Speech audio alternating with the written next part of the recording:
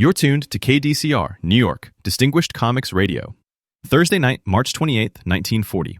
I'm your host, Simon Carver, sitting in a little room full of buzzing tubes, coffee that's gone cold, and comic books stacked higher than the microphone. For our first 4 outings, we've been walking, or leaping, alongside one fella in particular, Superman. We followed him from that first car-lifting cover right through crooked lobbyists, mine disasters, and dams about to burst. Our mission has been pretty simple. Take these 4-color pamphlets your kids are swapping and talk about them like they matter in the same world as your morning newspaper. Tonight, though, we're trying something a little different on both fronts. A new kind of hero and a new voice in the booth. So let me introduce you to my partner for the evening, a fellow New Yorker with a slightly less creaky set of knees, George Wilson. Thanks, Simon. Hi, folks. George here. I'm the one he calls when he needs somebody to lug a suitcase of comics up 3 flights of stairs. That's only half a joke. George and I met standing at the same newsstand, both reaching for the last copy of Detective Comics. We haggled like we were on a fish pier, then realized we both lived 3 blocks apart and could just share the thing. Yeah, I lost the argument, and somehow still wound up reading his whole collection. I come at this from a different angle. I've done some sketch work, a little printing room time. So when Simon said, "How'd you like to come on the air and talk about how these pages actually move?" I kind of jumped at it. Our editor claims he discovered you. I seem to recall you just kept showing up with better notes than mine. I'm not arguing. I'm just happy to be here. Long as you don't make me sing the station ID. We'll spare the listeners that. Now, before we step into the shadows of tonight's stories, let's look outside the studio window for a moment. It's been a grim sort of March. You open the foreign pages, and you see our Undersecretary of State, Sumner Welles, just back from talking with the men running Germany these days, Ribbentrop, Goering, even Hitler himself, trying to feel out whether there's any path to peace in Europe. Yeah, and from what's trickled into the papers, it doesn't sound like tea and cookies. You've got Welles describing Ribbentrop like a wall you can't talk through, Goering coming off cold and ruthless, and Hitler still saying he wants peace while blaming Britain for everything. Doesn't exactly set your mind at ease. At the same time, you've got the winter war over in Finland finally ending. Moscow Peace Treaty. Finland forced to hand over a wide strip of land to the Soviets after 3 months of bitter fighting in the snow. Their leaders are saying they're proud of what the soldiers did, but the price is written all over those new borders. And hanging over all of it, you've got Churchill on the wireless from London, warning anybody who'll listen that the Nazi way of war doesn't leave much room for innocent bystanders. He's talking about what happens to little neutral countries caught between big teeth. So the mood's changing. A year ago, when we first met Superman, there was still this feeling, however shaky, that maybe the grown-ups in the room could keep the peace together. Now you look across the Atlantic and the clouds are a lot darker. People are wondering, not just, will someone save us, but what happens when the law and the gentleman's agreements aren't enough? Superman's great when you want to see somebody hold up a collapsing bridge in broad daylight. But in a year like 1940, with dictators making midnight deals, you start to think about the corners of the city where the sun doesn't reach. The alleys, the crooked laboratories, the castles on cliffs you only see in nightmares. Which is exactly where tonight's subject lives. We've flown with the bright cape. Now, we're going to climb out onto the rooftops with a very different kind of figure. A man who doesn't come down from the sky. He rises up out of the dark. The Batman. If Superman is all red and blue and daylight, the Batman is dusk on a city rooftop. He slipped onto the stands last spring, May 1939 cover date, in Detective Comics number 27. No fanfare, just a new feature on the cover. This weird, winged man swooping down on some poor crook. Picture it, folks. Big red Detective Comics logo down one side, yellow sky behind it, and cutting right across the middle, there's this human bat. He's not flying so much as gliding, arms stretched, cape stiff like a pair of giant black wings. Under him, he's grabbed a gunman by the lapels, hauling him off a rooftop, while another crook levels a pistol in shock. No smile, no bright emblem, just that black cowl with little ears and white eyes like slits in the dark. And unlike Superman, who practically announces himself, This guy looks like he's the last thing you see before you go off a building. The costume's different too. Early on, he's in gray and black, but the lines are harsher. The cape isn't a neat little curtain. It's cut in scallops, so when he spreads it, you get this jagged bat shape against the moon. There are those odd purple gloves, almost like a magician's, and a utility belt that'll get more important as we go. He doesn't leap tall buildings, he climbs them, usually with a rope line. You see him hurl that line out, catch some unseen ledge, and then that silhouette swings across the panels like one of those acrobats on the Coney Island Midway. Only this one's dressed for a funeral. And when the mask comes off, we don't get a reporter from Kansas.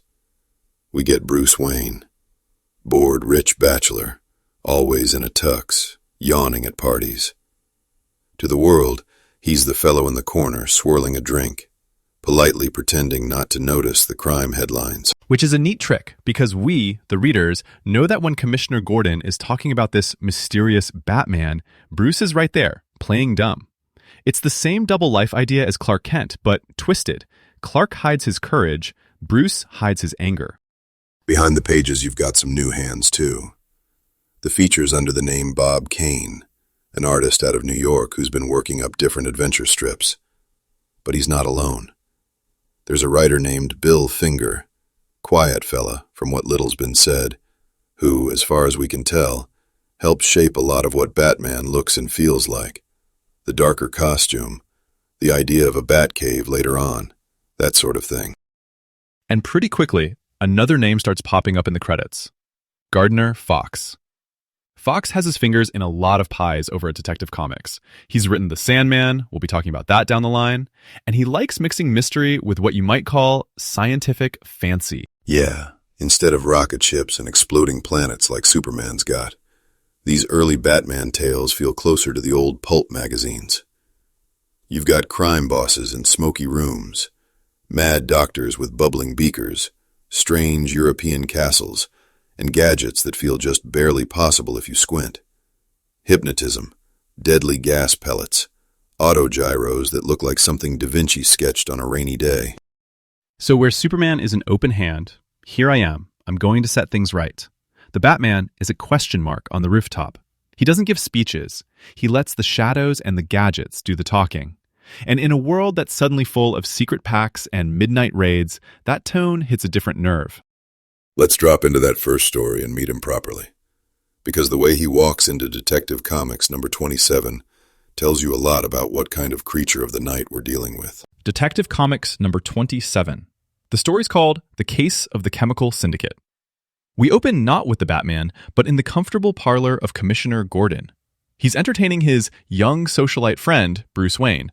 Nice suit, bored expression, while puffing on a pipe and talking about this mysterious vigilante the papers are buzzing over. Right on cue, the phone rings. There's been a murder, an industrialist named Lambert, one of several partners in a chemical concern. Gordon grabs his hat. Bruce tags along, just for the lark, or so he says, and they head to the scene. At Lambert's home, we learn the setup. Somebody is knocking off the men who own this chemical company. There's a safe, a torn piece of paper, nervous airs. Gordon starts the usual questioning. Bruce, for his part, lounges in the background like he'd rather be at the club. And then, after Gordon drives off to interview another partner, Bruce quietly slips away. Next panel, night has fallen, and that's when we finally see him, the Batman, crouched on a rooftop, cape spread like wings. No origin, no explanation, just a caption telling us he's a weird figure of the night. And from there, he's all motion. He bursts through windows, overpowers thugs with his bare hands, no super strength, just fast punches and judo flips, then climbs back out over the ledge like a big black cat. He's working entirely alone, no sidekick, no signal in the sky. As the plot unwinds, we find out one of the partners is behind the whole scheme, trying to seize control of the Chemical Syndicate. The climax takes place in a factory where there's a big open vat of, well, the captions call it acid. Whatever it is, you don't want to fall in. Batman battles the killer along a catwalk. There's a struggle, a misstep, and the man plunges toward the vat. Batman reaches out, then pulls his hand back. The panel just shows the man vanishing into the fumes, and the Batman stands over it, thinking something to the effect of, a fitting end for his kind. That's a long way from Superman hauling wife-beaters off to jail. This guy's more like the vigilantes out of the pulps, the Shadow, the Spider, that weren't shy about bodies hitting the pavement. You also see his early toolkit here. A silken rope he throws like a lariat to swing between buildings, a knack for disappearing the second a policeman turns his head, and that gliding cape he uses almost like a parachute. Commissioner Gordon, meanwhile, never connects his well-heeled friend Bruce to the man in the cowl, even though Bruce just happens to vanish whenever the Batman shows up. That double life game is already in place.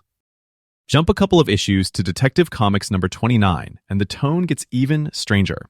The story's The Batman Meets Dr. Death. Now we're in full mad scientist territory. Dr. Death is a bald, bearded chemist with a skull on his table and a little symbol that might as well be a poison label. He's running a blackmail racket. Sends letters to wealthy folks. Pay up or something very unpleasant will happen. He's got this eerie henchman, Jabba, in exotic robes, doing his errands. The victims who don't pay wind up dead thanks to some mystery chemical. Again, that pulp horror note. Bruce Wayne reads about it in the papers, slips on the costume, and goes hunting. This is where we first see those little glass pellets on his belt really used. Batman hurls a pellet, it shatters, and out comes choking gas that blinds or drops his enemies. It's not science fiction like Superman's alien powers. It's more like a private arsenal. There's a great set piece in a penthouse. Batman crashes through a skylight, cape billowing, takes on a room full of gunmen, then uses one of those gas capsules to turn the whole place into a fog bank so he can vanish back out the window. You can feel Gardner Fox and Bill Finger figuring out, all right, what can we hang off this belt next month? In the end, Batman corners Dr. Death in his laboratory. There's a struggle, machinery bursts into flame, chemicals spill, and the whole place goes up.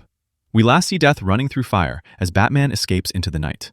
A caption asks whether the villain is really dead, which of course is an invitation to bring him back next issue, which they absolutely do. And in the process, they make the Batman even more dangerous. We'll get to that return and a certain snapped neck in a moment. Detective Comics number 30 picks up right where that burning lab left off.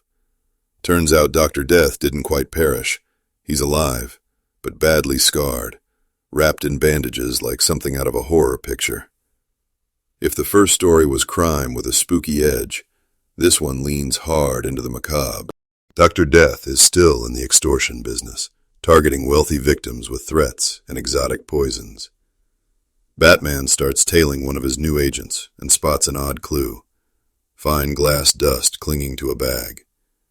He tracks that trace across town, using it to figure out where Death's chemicals are coming from. You get a sense of him as an actual detective, not just a bruiser. The issue is full of rooftop chases. We see Batman racing across tiles, swinging from his rope, clashing with Death's foreign henchmen.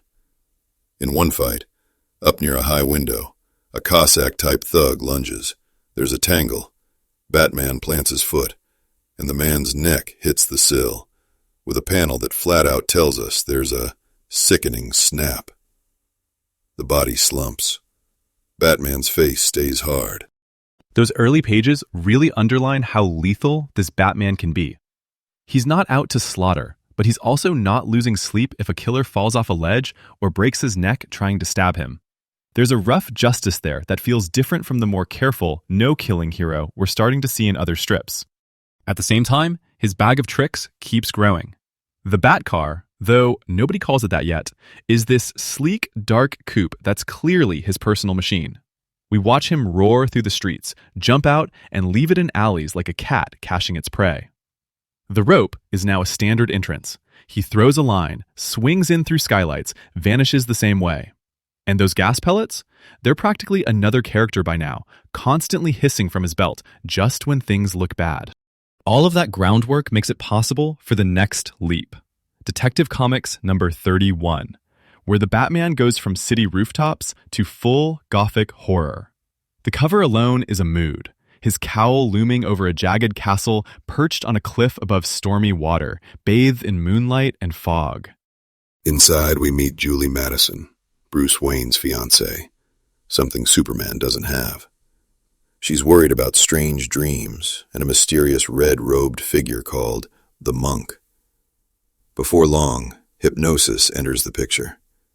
Julie's being controlled, drawn toward this uncanny villain who seems half mystic, half scientist.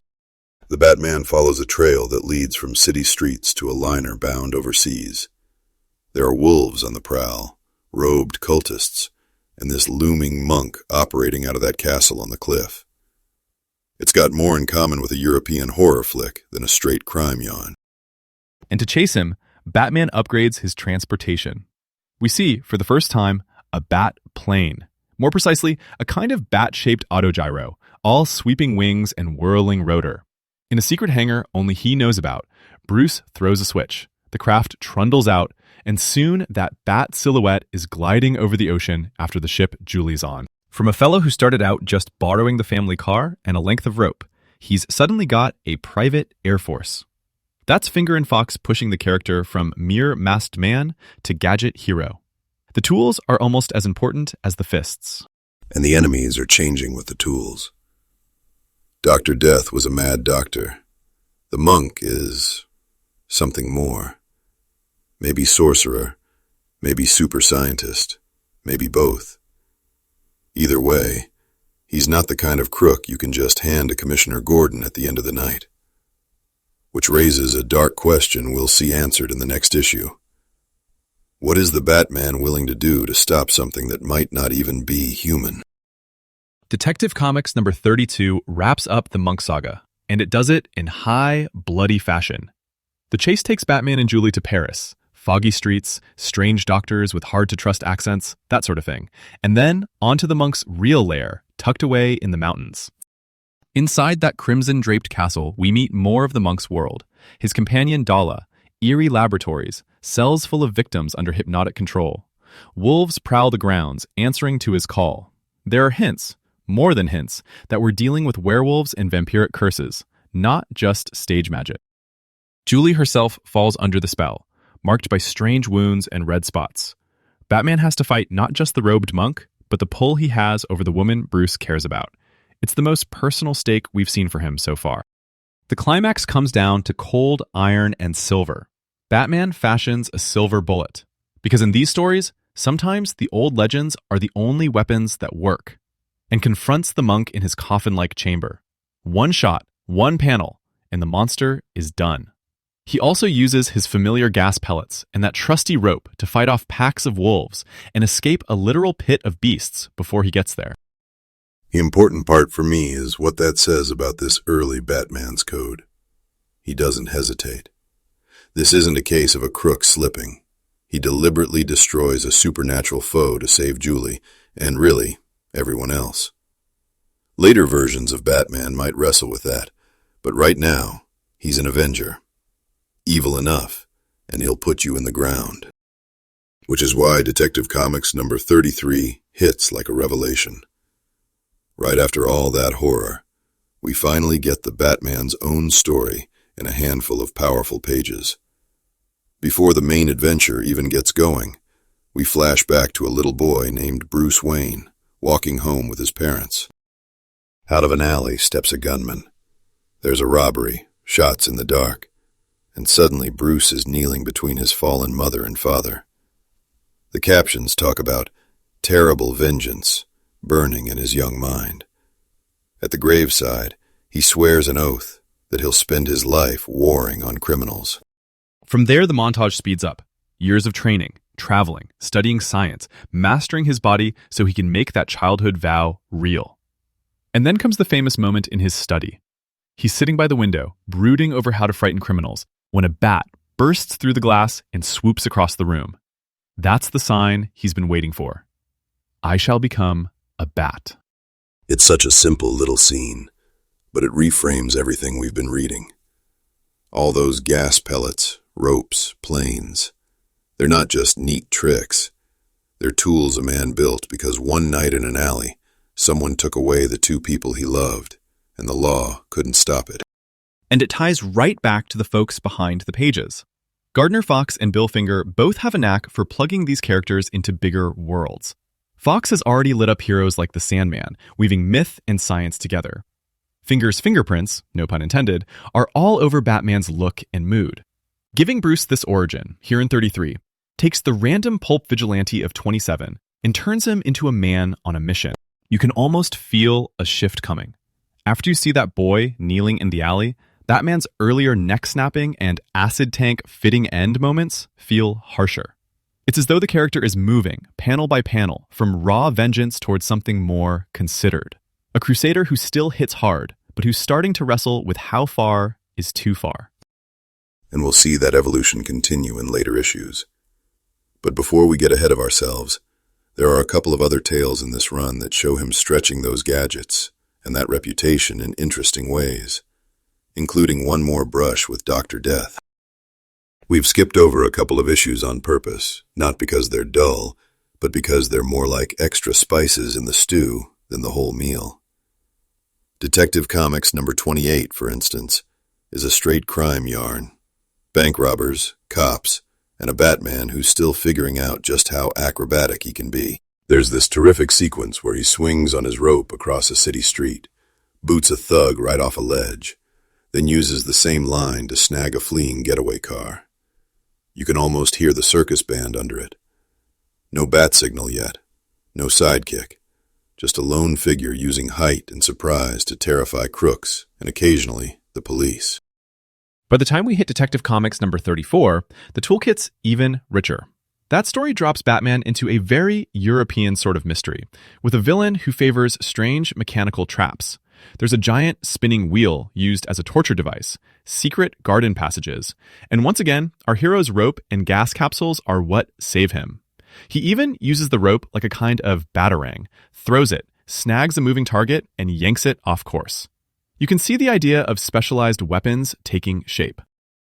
Across all these issues, the Batcar gets sleeker, the Batplane more dramatic, and the entrances more theatrical. 1 month, he's just hopping into a sporty coupe.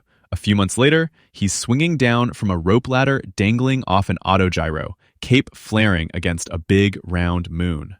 Gardner Fox in particular seems to enjoy asking, what else can we bolt onto this crusader? How can the gear tell its own story? And speaking of telling stories, Simon, you mentioned before we got on the air that you'd love to drag our old pal Robert Reed back in here for a kind of mock trial. Oh, absolutely. Picture it. Robert arguing for Superman's foe, the Ultra-Humanite, the big-brain villain from those early Action Comics. Me holding the brief for Dr. Death, and you acting as the very confused judge. In the case of Ultra-Humanite versus Dr. Death, the court finds both parties guilty of having entirely too many death rays. Now, here's the funny thing. We probably shouldn't know this, but our editor keeps getting what he calls letters from the future about these characters. Don't ask me how the post office manages it. He swears some kid in, 1960 or something, keeps writing to tell him what sticks around. Wherever they're coming from, those letters say that this second round with Dr. Death in Detective Comics number 30, that's his last bow in what folks will someday call the Golden Age. So if you're reading along now, enjoy him. Bald head, bandages, Jabba and all. Because he's about to vanish into the same smoke his chemicals make. But the Batman himself is just getting started. And we're going to keep following that trail. But we're going to split our coverage a bit, like a hero with 2 secret hideouts. Here's how it's going to work, friends. For those of you who want even more 4-color talk, and you've got a shortwave set, or whatever passes for one in your living room, we're launching a little side project. Call it our short band exclusive. Our editor says if you go to something called Patreon, he spelled it out for me, Patreon, you can get the exact tuning bandwidth. On that shortwave show, we're circling back to a character who actually hit the Detective Comics pages before Batman ever did, Slam Bradley. We'll be covering his adventures all through Detective Comics numbers 1 through 34, plus the World's Fair special he shows up in.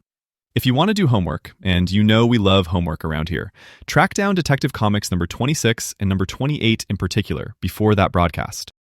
For everyone staying right here on good old KDCR, don't worry. We're not leaving you in the lurch. On the regular Distinguished Comics radio program, we're marching forward to another mask in the night. The Sandman, over in Adventure Comics. We'll be talking about his run in Adventure Comics numbers 40 through 46, plus his appearance in that 1939 New York World's Fair comic book. If you like reading along, try to get your hands on Adventure Comics number 40 and the Sandman story from the World's Fair issue before we're back on the air. Before we close the ledger for the evening, George, let me put you on the spot. Out of this first stretch of Batman tales, which one's your favorite? If a listener only had time to reread one before next week, where would you point him? I'd give him Detective Comics number 32, the finish of the Monk story. That one's got the whole strange brew in it. Storm clouds, old world menace, Julie Madison in peril, silver bullets, wolves, and Batman chasing something that feels less like an ordinary crook and more like a nightmare that wandered in from a penny dreadful. I like that it shows how flexible the character already is. He can be a detective, a bruiser, a man with gadgets, and then all at once he's hunting down something nearly supernatural. There's a meanness to it, too. He's not playing games with the monk. He means to end that threat. That gives the story real weight. Hard to argue with that. For me, I think it's Detective Comics number 33. Not because it's the loudest adventure, but because it gives the whole enterprise its backbone. Once you see young Bruce Wayne lose his parents, swear that vow, and shape his whole life around that wound, the earlier tales change a little in your mind. The costume stops being just a theatrical trick. The shadows stop being decoration. You understand that all this eerie pageantry is built on grief, discipline, and purpose. It's the issue that tells you Batman isn't merely a sensational figure in a cape. He's a man who made himself into an answer to the worst night of his life. That's a fair pick. Number 32 for the chill. Number 33 for the soul of the thing. And between the two of them, you can feel the character becoming himself right there on the page. And as always, we'd love to hear from you, whether you're on the Superman side, the Batman side, or you just want to argue that Dr. Death would fold like a cheap suit against the Ultrahumanite. Drop us a line at distinguishedcomicsradio@gmail.com. Our editor swears that address will make sense someday. For now, just trust that the mail gets here. Simon, thanks for letting me haunt the booth with you tonight. This was a treat. The pleasure's mine, George. You make a fine tour guide through the shadows. All right, friends, that's our time. From the gleaming towers of Metropolis to the foggy rooftops where the Batman swings, these stories are still our way of wrestling with a very real, very uneasy world. For Distinguished Comics Radio, this is Simon Carver in New York, saying keep your dials tuned, your pages turning, and your courage handy, whether it's daylight or deep midnight. And this is George Wilson, signing off and promising to bring a fresh stack of mysteries next time. This is KDCR New York, wishing you a good night and clear skies over whatever city you call home. I'd give him Detective Comics number 32, the finish of the Monk story. That one's got the whole strange brew in it. Storm clouds, old world menace, Julie Madison in peril, silver bullets, wolves, and Batman chasing something that feels less like an ordinary crook and more like a nightmare that wandered in from a penny dreadful. I like that it shows how flexible the character already is. He can be a detective, a bruiser, a man with gadgets, and then all at once he's hunting down something nearly supernatural. There's a meanness to it, too. He's not playing games with the monk. He means to end that threat. That gives the story real weight. Before we close the ledger for the evening, George, let me put you on the spot. Out of this first stretch of Batman tales, which one's your favorite? If a listener only had time to reread one before next week, where would you point him?